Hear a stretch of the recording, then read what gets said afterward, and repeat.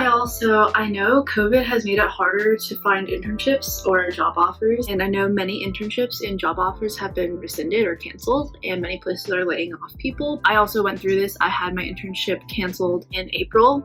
It was a consulting internship in New York, but I was able to re-recruit. I ended up interviewing with around 24 companies, and I ended up getting job offers at 4 of them. I wanted to share some of the tips and tricks that I learned during my time and hopefully are helpful to you guys. So I'm just going to get into the 9 main takeaways that I had. So the first most important thing is to use LinkedIn. I cannot stress this enough. It is a lifesaver. It helped me with most of my leads during my job search, and it was how I ultimately got my offer that I accepted. I was initially really hesitant to use LinkedIn and or post on LinkedIn because I thought my post would just get lost in the sea of other people posting about lost and canceled jobs and internships, but it was so helpful. A huge amount of people reach out through the network. I was overwhelmed with the amount of positive support and resources that both students and professionals were giving me. I have a lot of other specific LinkedIn tips, so I might make another video on that. One of the most overlooked tips is to use your school's resources. A lot of career service staff have transitioned to interacting with students virtually to help them navigate the job searching process. And for students who have started the job searching process but haven't landed offers yet, a lot of career service staff are helping them navigate the job market and point them into directions that could be helpful. Career service staff are also working with students to help them determine how they can maintain good relationships with the employer for when they do start hiring again. Additionally, not only are many schools hosting virtual career fairs, they also have interview prep webinars, resume workshops, and just an extensive network of people that you can connect with. Another important thing you need to do is to network. I know a lot of people probably have told you this, but if you haven't already, you need to let your network know that you are looking for a job. So reach out to family, friends, or connections you've made at school to see if they have any advice or people that can connect you with. Also, faculty may have connections in industries you're interested in, so definitely connect with them and ask them whether they would be willing to refer you or put in a good word with some of their colleagues. For example, maybe your professor collaborated with a big tech company in the past, or perhaps they know a research position in a lab that you could work remotely at.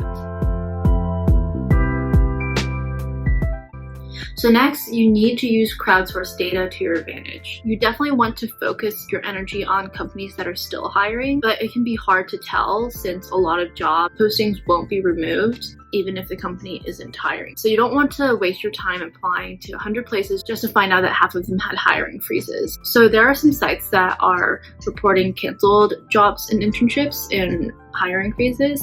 The trick is to find sources that also have some hope and leads to share. So Candor is a startup that helps tech workers negotiate their salaries and wages, but they branched out and started a user-generated list of hiring updates. They have an Airtable where you can sort by a hiring status, and you can also input keywords. So if you're looking for full-time, you can look for full-time jobs, but if you're looking for internships, you can keyword for internship. I'll also link down below a bunch of websites that have open listings.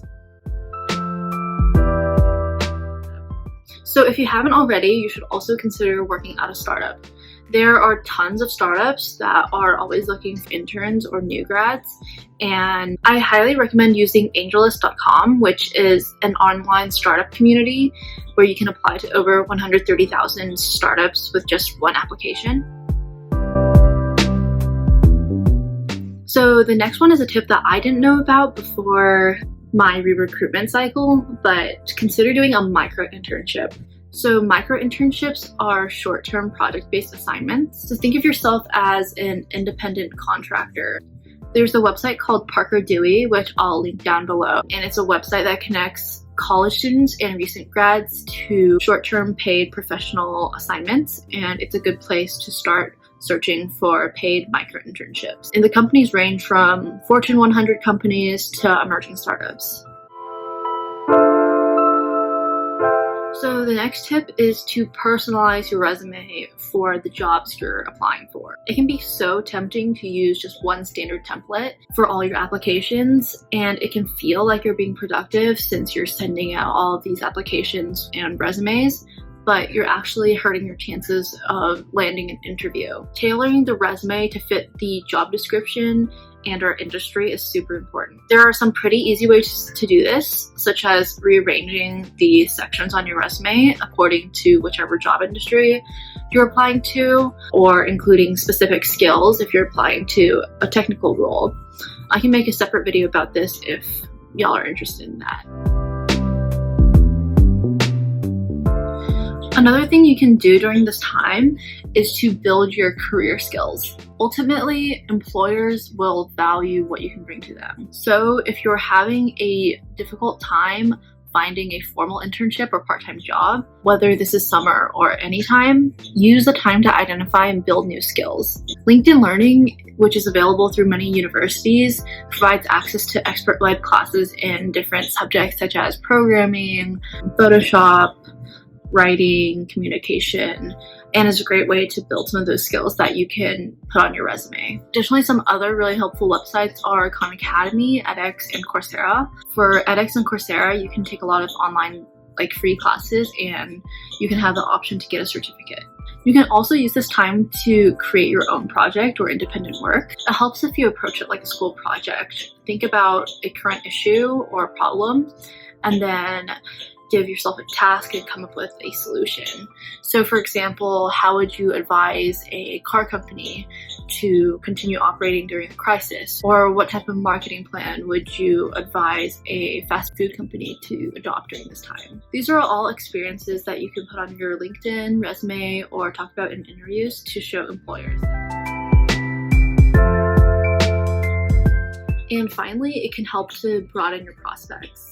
As you start to make any type of career plan, it's helpful to be focused but also flexible. For example, if you were focused on getting a research position in a lab, you can now instead try to apply to healthcare or pharmaceutical companies and places where you can do similar work but remotely. If you were planning to intern at a consulting firm, you might look into startups, local businesses, or nonprofits that could use the help navigating the pandemic.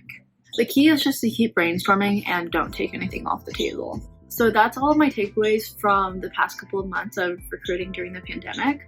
I hope it was helpful. Let me know in the comments if there's a specific topic you want me to cover or dive deeper into. And I plan on posting more videos related to internships, interviews, networking, etc. So if this video helped you and you're interested in learning more, please subscribe and turn on notifications so you'll be updated when I post next. So in the meantime, stay safe and healthy, and I hope these tips help you on your job search process.